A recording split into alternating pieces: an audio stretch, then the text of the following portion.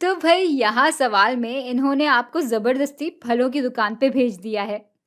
तो भाई आप फलों की दुकान पे हैं और आपके सामने वाला ग्राहक 5 सेब और 4 कीनू खरीदता है, जिसके लिए उसे 100 रुपए देने पड़ते हैं। जबकि आप 5 सेब और 5 कीनू 110 रुपए में खरीदते हैं। अब पूछ रहे हैं कि क्या ऊपर दी गई जानकारी के लिए लीनियर इक्वेशंस का निजाम बन सकता है, जिसमें दो वेरिएबल्स हों और जिसकी मदद से एक सेब और एक कीनू की कीमत मालूम की जा सके। और भाई आगे कह रहे हैं कि अगर हाँ तो इसका क्या हल होगा, और अगर ऐसा निजाम नहीं बन सकता तो क्यों नहीं बन सकता। भाई इन्होंने तो सवालात की बारिश कर दी है, लेकिन चले हल करके देखते हैं इन सवालात को। भाई मैं एक सेब की कीमत को एक्स से दिखा देती हूँ और एक कीनू की कीमत को हम दिखा देते हैं वाई से।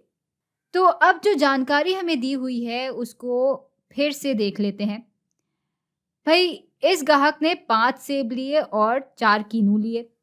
एक सेब की कीमत एक्स है तो 5 सेबों की कीमत बराबर होगी 5 ज़रब एक्स के।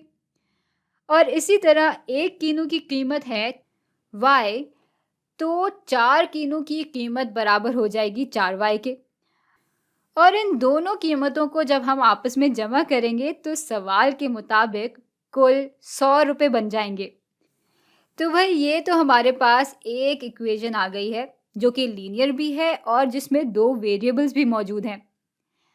अच्छा, अब आ गई आपकी बारी और आप भी 5 सेब खरीदते हैं, जिसकी कीमत बराबर हो जाएगी 5 ज़रब एक्स की, यानी 5 एक्स के। और आप कीनू और सेब में कोई फ़र्क नहीं करते और 5 कीनू भी खरीद लेते हैं, तो भाई कीनू की कुल कीमत बराबर हो जाएगी 5 ज़रब वाई के, यानी 5 वाई के। और इनको जब हम जमा करेंगे तो कुल कीमत बराबर हो जाएगी 110 के। तो भाई अब हमारे पास दो दो लीनियर इक्वेशंस आ गई हैं और दोनों में ही दो दो वेरिएबल्स भी मौजूद हैं। यानी लीनियर इक्वेशंस का निज़ाम तो इस जानकारी की मदद से बिल्कुल बन सकता है। लेकिन क्या हम इस निज़ाम को मज़ीद हल कर सकते हैं? भाई दोनों इक्वेशंस में x और y के जो कोएफिशिएंट्स यानी ये वाली इकदार हैं, वो हमें काफ़ी अहम इशारा दे रही हैं। इस इक्वेशन में x और y का तनासब या रेशो कुछ और है और इस इक्वेशन में कुछ और है।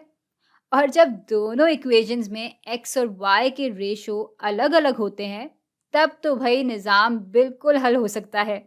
हाँ, लेकिन अगर सूरत हाल कुछ ऐसी होती कि यहाँ और यहाँ x और y के बीच का जो तनासब है वो एक जैसा होता, भाई तब तो हम फंस जाते, क्योंकि हम एक हिसाब से ही फल खरीद रहे होते लेकिन उसके लिए मुख्तलिफ कीमत अदा कर रहे होते। और ये बात तो थोड़ी अजीब हो जाती है ना? खैर, फिलहाल तो ऐसा कुछ नहीं हो रहा, इसलिए घबराने की कोई ज़रूरत नहीं है। चले भाई तैयारी पकड़ते हैं और इसको हल करते हैं। भाई यहाँ पहली चीज़ जो नज़रों में आती है वो ये है कि यहाँ भी हमारे पास 5 एक्स है और यहाँ भी 5 एक्स है। तो अगर हम इस 5 एक्स को इस 5 एक्स से माइनस कर पाए, तब तो इस इक्वेशन से एक्स निकल जाएगा और सिर्फ एक वेरिएबल रह जाएगा और फिर ये इक्वेशन आराम से हल भी हो जाएगी।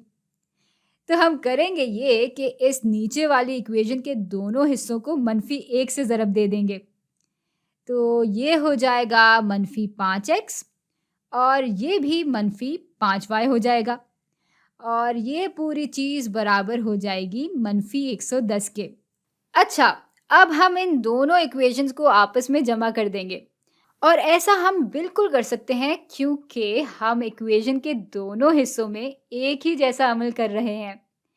हाँ, यहाँ हम ये पूरी चीज़ जमा कर रहे हैं, जबकि यहाँ हम -110 जमा कर रहे हैं, लेकिन भाई ये पूरी चीज़ -110 के ही बराबर है।